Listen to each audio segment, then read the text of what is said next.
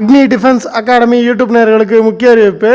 Indian ஏர்ஃபோர்ஸ்லேருந்து ஒரு recruitment notification announce பண்ணியிருக்காங்க. இதற்கு நீங்கள் 10th முடிச்சிருந்தா போதும், தாராளமாக அப்ளை பண்ணலாம். ஸோ அப்ளை பண்ணுறதுக்கான அப்ளிகேஷன் 22/5/2024 5/6/2024 வரைக்கும் இந்தியன் ஏர்ஃபோர்ஸோட அதிகாரப்பூர்வ இணையதளத்தில் அவைலபிளாக இருக்கும்.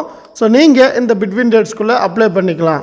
ஸோ அப்ளை பண்ணுற கேண்டிடேட்ஸ்க்கு ரெக்ரூட்மெண்ட் ராலி என்றைக்கு கண்டக்ட் பண்ணுறாங்க அப்படின்னா 3 ஜூலை 2024 12 ஜூலை 2024 வரைக்கும் ஏசி ஏர்ஃபோர்ஸ் ஸ்டேஷன் கான்பூர்லேயும் 7 ஏஎஸ்சி ஸ்டேஷன் பெங்களூர்லேயும் 2 இடங்களில், நார்த்துக்கு உத்தரப்பிரதேஷ்லேயும் சவுத்துக்கு பெங்களூர் கர்நாடகாலையும் கண்டக்ட் பண்ண போகிறாங்க. ஸோ நீங்கள் வில்லிங்காக இருக்கீங்க இல்லை எலிஜிபிள் கேண்டிடேட் அப்படின்னா விண்ணப்பிக்க தவற வேண்டாம், கண்டிப்பாக அப்ளை பண்ணுங்கள்.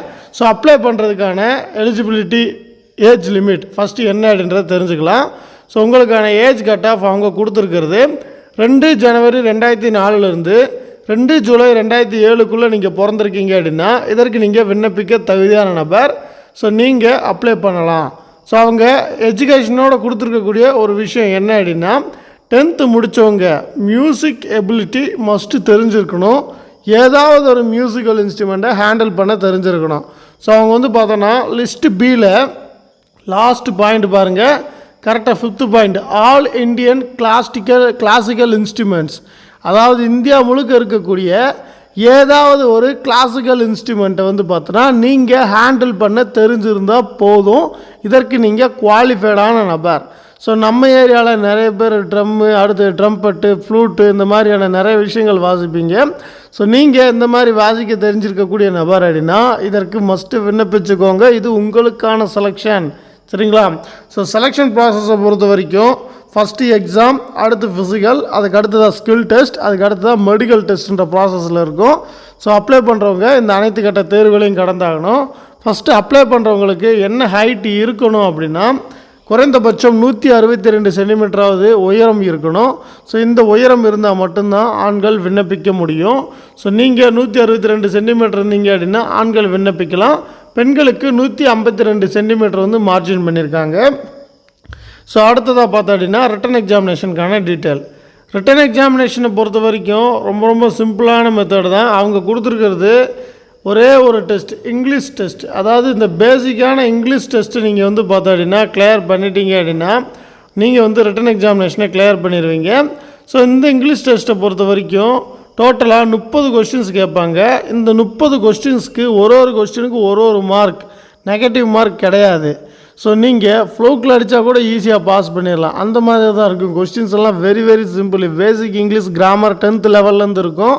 ஸோ ஈஸியான கொஸ்டின்ஸ் தான் இருக்க போகுது. கிளியர் பண்ணுறது ரொம்ப ஈஸி தான். நான் சொன்ன மாதிரி மியூசிக்கல் இன்ஸ்ட்ருமெண்ட் ஹேண்டில் பண்ண தெரிஞ்சிருந்தால் போதும், இந்த செலெக்ஷனில் நீங்கள் குவாலிஃபைட் ஆகிருவீங்க. ஸோ இங்கிலீஷ் அந்த டெஸ்ட்டு முடித்ததுக்கப்புறம் நீங்கள் ஃபிசிக்கல் டெஸ்ட்டு போவீங்க. ஸோ ஃபிசிக்கல் டெஸ்ட்டை பொறுத்த வரைக்கும் ஆண்கள் 1.6 கிலோமீட்டர் ரன்னிங்கை 7 மினிட்ஸ்க்குள்ளே கம்ப்ளீட் பண்ணணும். பெண்கள் பார்த்தோன்னா 8 மினிட்ஸ்க்குள்ளே கம்ப்ளீட் பண்ணணும். ஸோ இதை முடித்தவங்க ஆண்கள் பார்த்தா அப்படின்னா ஒரு 10 நிமிஷம் இடைவெளிக்கு அப்புறம் 10 புஷ்அப்ஸ் எடுக்கணும் 1 நிமிஷத்துக்குள்ளே. அதுக்கப்புறம் 2 நிமிஷம் இடைவெளிக்கு அப்புறம் 10 சிட்டப்ஸ் எடுக்கணும் 1 நிமிஷத்துக்குள்ளே. அதற்கு அடுத்ததாக 2 நிமிஷம் இடைவெளிக்கு அப்புறம் 20 ஸ்குவாட்ஸ் எடுக்கணும் 1 நிமிஷத்துக்குள்ளே. ஸோ இவ்வளோ தான் ஆண்களுக்கு. பெண்களுக்கு பார்த்தா அப்படின்னா ரன்னிங் முடித்த 10 நிமிஷத்துக்கு அப்புறம் 10 சிட்டப்ஸ் எடுக்கணும் 1 நிமிஷம் 30 செகண்டுக்குள்ளே, 15 ஸ்குவாட்ஸ் எடுக்கணும் 1 நிமிஷத்துக்குள்ளே, 2 நிமிஷம் இடைவெளி கொடுப்பாங்க. ஸோ இவ்வளோ தான் ஃபிசிக்கல் டெஸ்ட்டை பொறுத்த வரைக்கும்.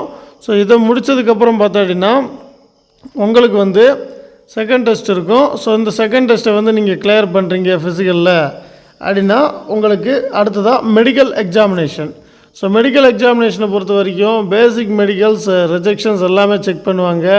ப்ளட்டில் ஹீமோக்ளோபின் இருக்கா, அடுத்தது பார்த்தா அப்படின்னா வேறு ஏதாவது உங்களுக்கு நாக்னி, அடுத்தது ஐவிஷன்ஸில் வேறு ஏதாவது ஃபால்ட்ஸ் இருக்கா அப்படின்றதெல்லாம் செக் பண்ணுவாங்க.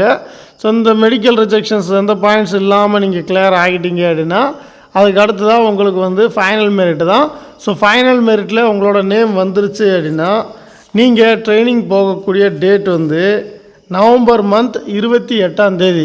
ஸோ உங்களுக்கான கால் லெட்டரும் அந்த டேட்டில் இஷ்யூ பண்ணிடுவாங்க. ஸோ ஈஸியாக செலெக்ஷனில் குவாலிஃபைட் ஆகணும் அப்படின்னா மஸ்ட்டு ப்ராக்டிஸ் இருக்கணும்.